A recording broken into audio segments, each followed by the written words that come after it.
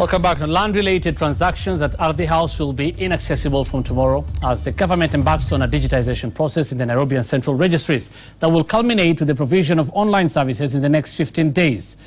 And you can thereafter, among other tasks, transfer ownership, register land documents, make payments, including stamp duty, registration fees, and consent fees online. You can now also do your searches online. In this latest attempt at streamlining land records in Kenya, we talked to Land's Principal Secretary, Nicholas Muraguri, and we are asking, is digitization the solution? Keep talking to us. Text us on 22422. On Twitter is the hashtag Sunday Live. We'll sample again your feedback shortly, right now. On this is what you're saying on 22422. Do we have that? Right, we have that. We'll look at them, yes. Mwangombe from Miritini, now this digitization of land is happening.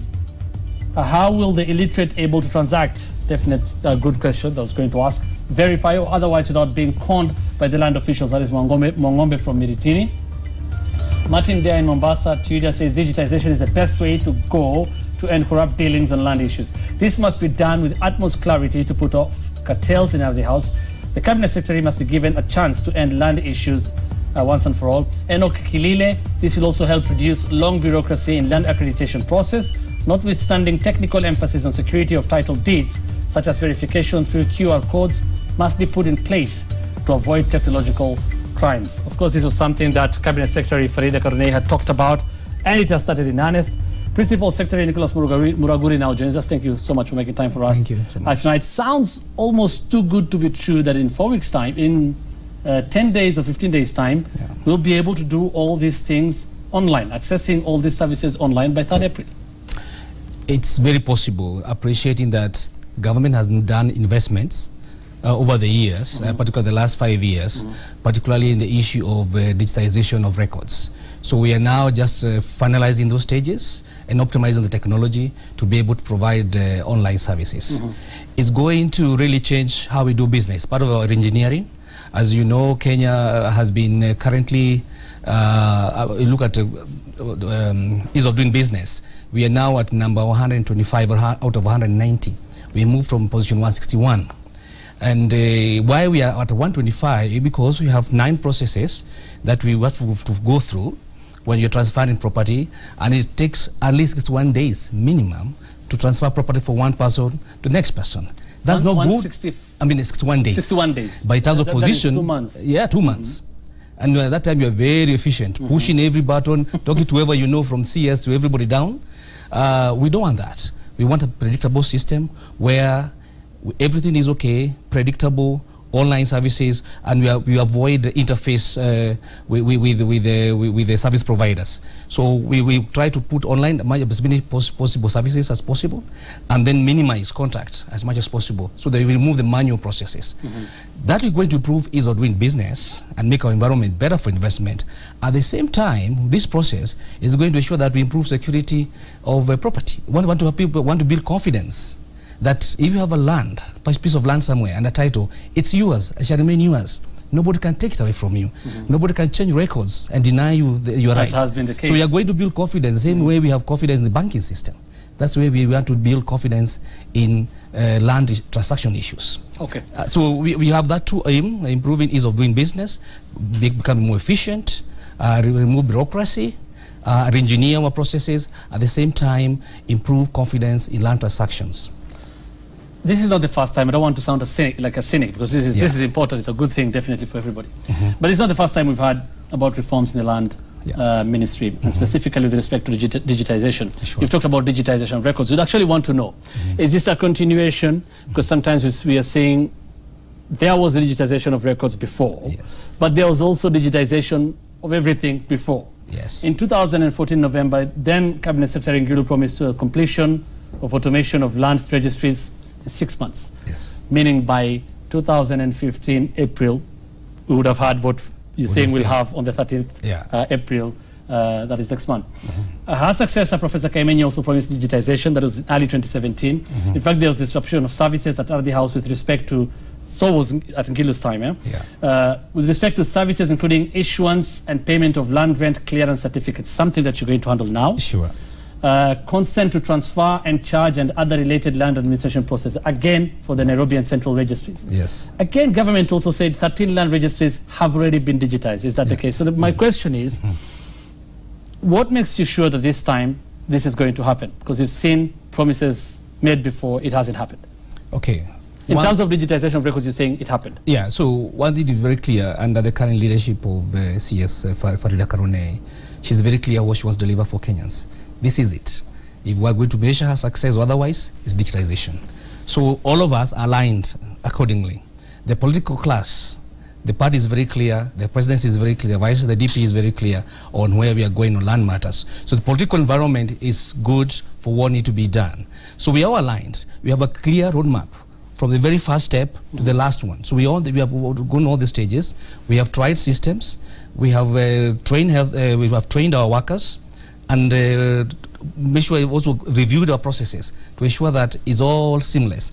So then the next 2 weeks we're asking for more time to be able to update records. You are right.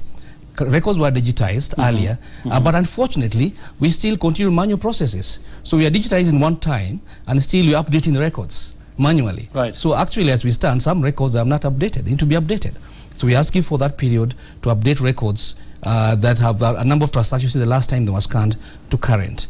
A number of documents important documents were also not scanned in the last time. So we're also hoping that this time we're able to complete processes of scanning all possible land records, so that now we have a foolproof land records, so that we're able to go to the next stage of online transactions. Right. So we have a clear roadmap in terms of the processes themselves. We also have a clear roadmap in terms of where we go from one register to the next one. It wasn't clear what exactly they were, what challenges they faced, their predecessors. Have you seen any challenges yourself? Because you've seen EACC's audit revealing weak systems and secured land registries countrywide, where many people have access to crucial land records without authorization. That is actually having for cartels in such a system. So who will definitely, these cartels, not be happy or may fight back? Are you encountering this, and how will you handle it? I think one of the things we are now focusing on is to have buy-in from everybody, from our own internal clients, basically our workers, and also the people we provide services to. They all need to know that this is good for everybody. This is one thing that is good for all of us. Whether it's myself as a land management person, because once we have access to digital records, it's easier to transact business. You as a client is also good for you. At the same time, we want to secure our records. So ESCC outrightly showed us gaps where they are, and you're working on the implementation of the report so that we know that our records are clean and they're secure. So those lapses which were noted before of the manual records are now digital records as well. We are going to tighten to ensure that whether we're talking about manual records for historical purposes are secure, and also electronic records that will be available are also secure and have limited access. So only those who need to have access should have, and if they have access, they have a footprint, electronic footprint, to show they have access to such particular records. In fact, as we move along with this process, we are going to a position where if someone searches your land, your LR number, an SMS sent to you, so you know somebody is trying to search your land. That's where we are going to minimize fraud process, at the same time build confidence that my land is secure and nothing can happen to it. So that's the future we are going to, and the journey has started. Okay. When you're talking about scanning these documents, I mean, there are already several cases that I'm sure you've heard of people laying claim to the same piece of land. So how, when you scan a document and you now put it online, I'm assuming if I go online and search an LR number and it gives me a certain name, like yours, for example, that will be final. For any Kenyan, that will be final. That is the owner of that parcel of land. But based on the documents that you have uploaded. So what are you going to do first? Are you going to vet those documents so that you first confirm if those are the owners of that piece of land? So what we are doing over the next 2 weeks, other than scanning additional pages because of additional transactions that were manual, we're also going to validation, page by page, file by file, so that once we upload, we know this file is final and it represents the true fact as we know it today. So, and then we also going to ensure that not everybody can access it, because why do fraudulent processes occur? They occur because an authorized person or authorized person are able to access records and change records. And if they change, sometimes they know footprint of who changed what. So once we have scanned, We have a permanent record as today. And any other transaction, we go online. Anybody accessing any of those records has a footprint, electronic footprint, so we can be able to follow who. And we also have restrictions, internal controls know who can change what, for example. So, and that will also help us to reduce potential use of fraud, potential fraud in any of our transactions. Right. So we are learning a lot from the past mistakes of the past attempts, and we are building up the successes built up over the last 6 years. So whatever information will be online will be final. Yeah. That's what you're saying. Yeah. Okay. Anita from Nairobi asks, what about cybercrime? As you move to the digital platform, how do you secure information online to just be as well as transferring these cartels from manual to online? So we are working closely with the Ministry of ICT and other arms of government to ensure that we have a foolproof system. So we are working very closely to ensure that our firewalls are okay, our internal controls are good, also the databases, both inside and on-site and off-site, are also safe, and also transaction are also safe, so that we have no external extrusion or intrusion at all into our systems. So we are working closely with the other arms of government to ensure that we have a foolproof system that works. Okay. Yeah. Finally, you will definitely be moving these to other registries, I believe. I don't know when you'll tell us. Yeah. That text I just read, and there's also another one here from Kartha in Meru. It says, many in the rural areas neither have access, nor are they technologically capable. Yeah. Some are illiterate. Yeah. Is there going to be a parallel system, both manual and online, or is just strictly online, and how are they going to access it? So what we are saying, Safaricom brought us M-Pesa. So we are going to bring you M-Shamba. So we are going to be able to try. If you can transact M-Pesa, then we'll make it easy for you to transact also on land matters. So we are hoping that lawyers are going to have service kiosks with computers. Individuals can use their phones as well to be able to transact. And also in our registries, we're also going to offer ICT capability and facilities. Just the same way we have in airports. Not everybody who is IT competent is able to log in and check in, but there's somebody at the counter to help you, or service kiosks to help you as well. So that's also going to be deployed to help us for those who may not have the technology competencies or even access to equipment to be able to be facilitated and supported. But we believe that if you send money by M-Pesa, at least you can do a search for your LRN number. So others may be more complex and complicated, but simple thing as such should be able to be done online or on your phone. Because you look today, all our registries, starting from Nairobi all the way to Lodwar, 80% of people turning up for searches. And people have to come searching all the time to be sure their land is secure. That should be the history. Yeah. So that's repeat of search. Land that they already own. They own, but you're not sure. It's still yours 3 months later. So we have to keep coming to search, even when you have no business. You're not transferring it, or neither are you subdividing, or neither are you selling. But just to be sure that it's still yours. So we'll get off that, and therefore reduce the traffic in our registries. So the phone will be the new registry. Computers will be the new registry. So we put in so many online services as possible, and then only limit those must be done by lawyers or land management officers. But largely some of those routine, like payment of land rates, that should be able to pay online, get a certificate generated online, and then you come. Now what is happening now, you go and pay, then bring it, we give you a certificate, take another office, you move from City Hall back to other house and back again, waste of time, inefficiencies. So we want everything to be done online, so you get one invoice for all that you need to pay, either to county government, national government, and you pay once, then the money distributed through the e-citizen platform. Right. So that becomes the new service interface for you. All this, I mean, the pilot will be in Nairobi and Central, and we're expecting all these to happen in the next 10 days, April 3rd, right? Throughout the country, all the land registries, when do you expect this to be rolled out throughout the country? So this is how we have 3 phases. So phase 1 is we finish Nairobi. Nairobi has 2 registries. So that will be sorted out. April, we are online. So from there, we are going to move up to December.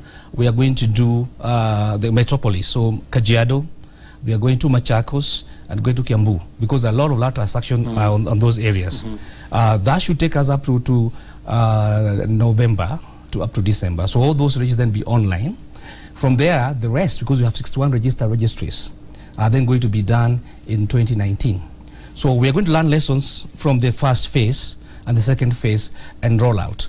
So the scale up will basically be early next year, but we'll have served a lot of people once we do Nairobi, Kiambu, Kajiado, Machakos, basically the metropolis in Nairobi and Nairobi itself, the land lessons to be able to rapidly scale up.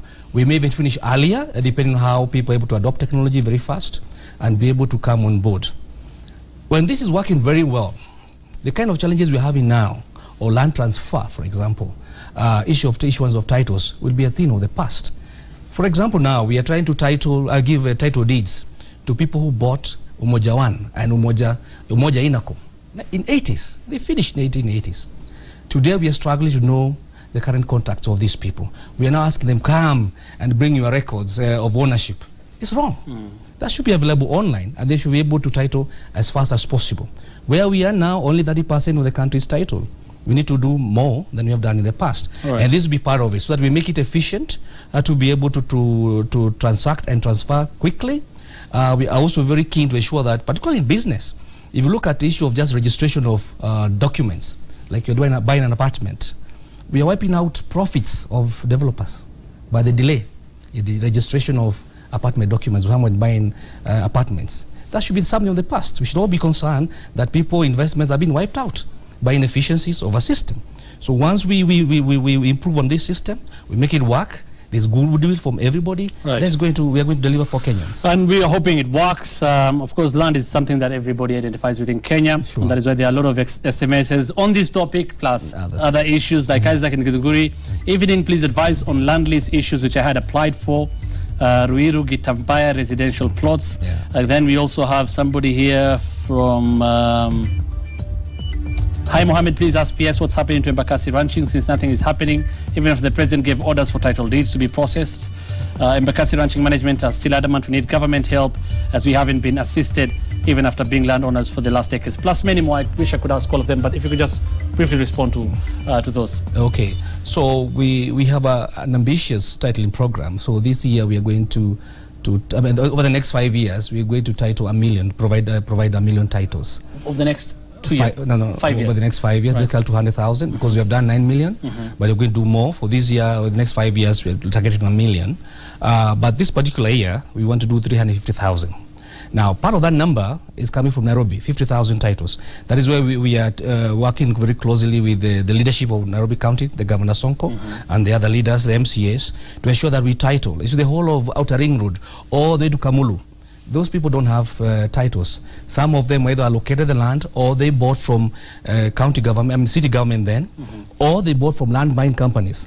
So you're working closely with the various stakeholders to fast track the issues of titles. And I've held many meetings in Embakasi, in Kamulu, Karagita, near the airport, Njiru. We have had a lot of Dandora, Ngei, trying to mobilize people to know that this process has started.